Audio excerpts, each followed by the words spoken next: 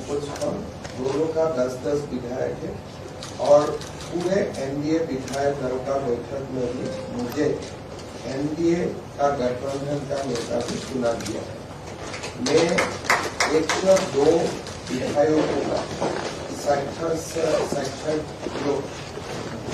एक पत्र आपको देने के लिए अनुमति मांगूंगा।